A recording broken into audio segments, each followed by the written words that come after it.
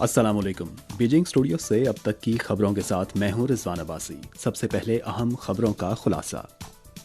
چین کی 5ویں قومی اقتصادی مردم شماری کا باضابطہ آغاز۔ چین امریکہ سفارتی تعلقات کے قیام کی 45ویں سالگرہ کے موقع پر چینی وزارت خارجہ کے ترجمان کا تبصرہ۔ جنوبی کوریا کی سب سے بڑی اپوزیشن جماعت کے رہنما لی جے میونگ پر حملہ، علاج کے لیے سیول منتقل۔ اور اب خبریں تفصیل کے ساتھ۔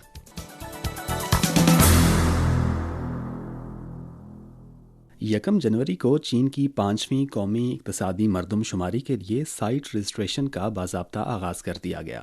مردم شماری کا مقصد معیشت کی بنیادی صورتحال کا پتہ لگانا، اعلیٰ معیار کی ترقی کی پیش رفت کی عکاسی کرنا، قومی اقتصادی اور سماجی ترقی کے منصوبے کی تشکیل اور نفاذ، نیز چینی طرز کی جدیدیت کے فروغ کے لیے شماریاتی معلومات کی مدد فراہم کرنا ہے۔ اس مردم شماری میں پلیٹ فارم معیشت اور ڈیجیٹل معیشت کے لیے نیا مواد شامل کیا گیا ہے تاکہ نئی صنعتوں، نئے ماڈلز، نئے انجن اور دیگر شعبوں میں چین کی معیشت کی ترقی کی بہتر عکاسی کی جا سکے۔ اس کے علاوہ پہلی بار مردم شماری میں ان پٹ اور آؤٹ پٹ سروے بھی کیا جائے گا۔ اقتصادی مردم شماری ہر 10 سال میں 2 بار کی جاتی ہے۔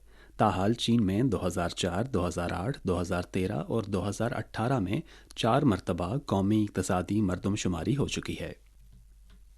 سال 2023 میں مانزولی ریلوے بندرگاہ سے روانہ ہونے والی چین یورپ ریل گاڑیوں کی تعداد 5001 رہی، جبکہ 5,40,000 سٹینڈرڈ کنٹینرز کے سامان کی نقل و حمل ہوئی، جو بالترتیب 3% اور 16% سال بسال کا اضافہ ہے۔ مانزولی ریلوے بندرگاہ سے روانہ ہونے والی چین یورپ مال بردار ریل گاڑیوں کی تعداد گزشتہ سال کے دوران پہلی بار 5,000 سے متجاوز ہوئیں۔ ٹرینز اور کارگو کے نقل و حمل کی تعداد میں لگاتار 10 سالوں سے اضافہ ہوا ہے۔ اس وقت مانزولی ریلوے بندرگاہ سے گزرنے والے چین یورپ مال بردار ریل گاڑیوں کے 21 روٹس ہیں، جو روس، پولینڈ، جرمنی اور بیلجیم جیسے 13 ممالک تک سامان کی 12 کیٹیگریز کا احاطہ کرتے ہیں، جس میں روزمرہ سامان کی اشیاء، صنعتی مشینری، دھاتیں، زرعی مصنوعات اور ٹمبر وغیرہ شامل ہیں۔ 1 دسمبر 2023 کو چین نے France, Germany, Italy, Netherlands, Spain اور ملائیشیا کے لیے یک طرفہ ویزا فری انٹری پالیسی کا آغاز کیا تھا۔ اس پالیسی سے نہ صرف سیاحت کو فروغ ملا بلکہ چینی اور غیر ملکی کاروباری اداروں کے مابین تبادلوں اور تعاون میں بھی بہت سہولت ملی ہے۔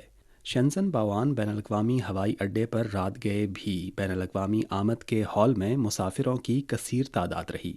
اس ویزا فری پالیسی سے فائدہ اٹھانے والے مسافر بہت سہولت کے ساتھ چین میں داخل ہو رہے ہیں۔ متعلقہ اہلکاروں کا کہنا ہے کہ مغربی ممالک میں سال کے اختتام کی تعطیلات ختم ہونے کے ساتھ ہی نئے سال کے شروع میں آمد و رفت کے ایک نئے دور کا آغاز ہو سکتا ہے۔ ویزا فری پالیسی کے آزمائشی نفاذ سے بلا شبہ چین اور غیر ملکی کاروباری اداروں کو ایک نیا موقع فراہم کیا گیا ہے۔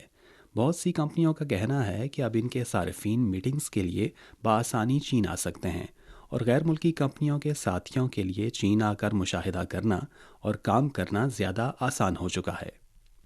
چین کی وزارت خارجہ کے ترجمان نے 2 جنوری کو چین اور امریکہ کے درمیان سفارتی تعلقات کے قیام کی 45ویں سالگرہ کے موقع پر تبصرہ کرتے ہوئے کہا کہ سال 2024 چین اور امریکہ کے درمیان سفارتی تعلقات کے قیام کی 45ویں سالگرہ ہے۔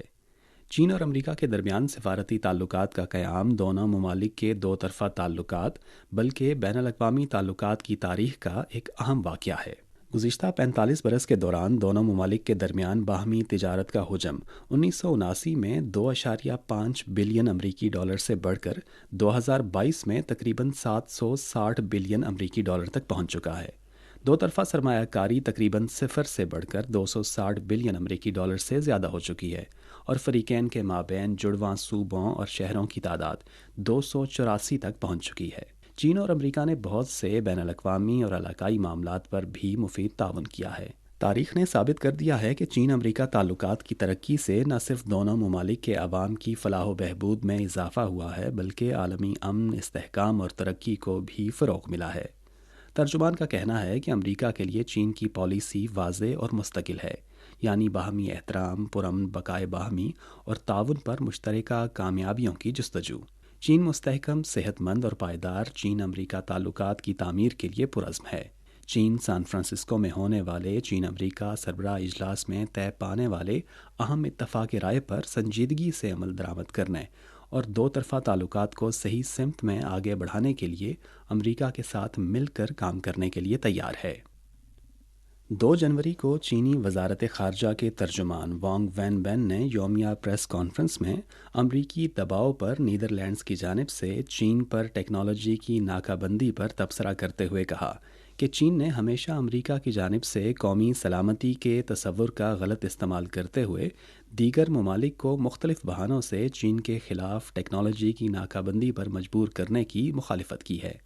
امریکہ کا غنڈہ گردی کا رویہ بین الاقوامی تجارتی قوانین کی سنگین خلاف ورزی ہے، عالمی سیمی کنڈکٹر صنعت کو شدید نقصان پہنچائے گا اور بین الاقوامی صنعتی اور سپلائی چین کو خطرے میں ڈالے گا اور بالآخر امریکہ خود کو نقصان پہنچائے گا۔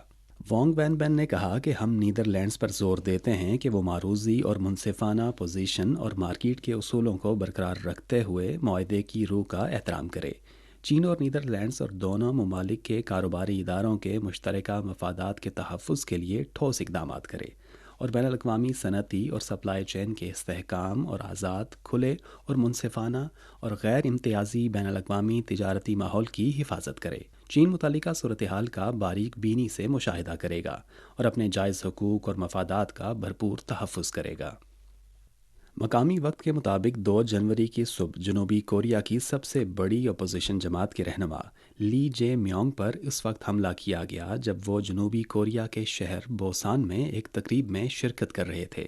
اطلاع کے مطابق لی جے میونگ کو زخمی حالت میں علاج کے لیے ہیلی کاپٹر کے ذریعے سیول نیشنل یونیورسٹی ہاسپٹل منتقل کیا گیا ہے اور مشتبہ شخص کو موقع پر ہی گرفتار کر لیا گیا ہے۔ جنوبی کوریا کے صدارتی دفتر کے ترجمان کا کہنا ہے کہ جنوبی کوریا کے صدر یون سوک یول نے اس حملے کے حوالے سے شدید مذمت کا اظہار کیا ہے۔ انہوں نے پولیس اور دیگر متعلقہ محکموں کو فوری تحقیقات کرنے اور لی جے میونگ کو ہر ممکن طبی سہولیات فراہم کرنے کی ہدایت کی ہے۔ جنوبی کوریا کی نیشنل پولیس ایجنسی کے سربراہ کا کہنا ہے کہ بوسان پولیس ایجنسی نے لی جے میونگ پر حملے کی فوری تحقیقات کے لیے تحقیقاتی یونٹ قائم کر دیا ہے۔ 1 جنوری کی سپہر جاپان کے ایشیکاوا پریفیکچر کے جزیرہ نما علاقے نوٹو میں 7.6 شدت کا زلزلہ آیا۔ زلزلے سے متاثرہ ایشیکاوا پریفیکچر میں کئی مکانات منہدم ہو گئے اور شہر وجیما میں شدید آگ بھڑک اٹھی۔ جاپان کے ایمرجنسی ڈپارٹمنٹ نے متعدد کاؤنٹیز میں تقریباً 1 لاکھ لوگوں کو انخلاء کی ہدایات جاری کی ہیں۔ شدید زلزلے کے باعث ایشیکاوا پریفیکچر اور ملحقہ علاقوں میں ٹریفک اور مواصلاتی سروسز بھی متاثر ہوئی ہیں۔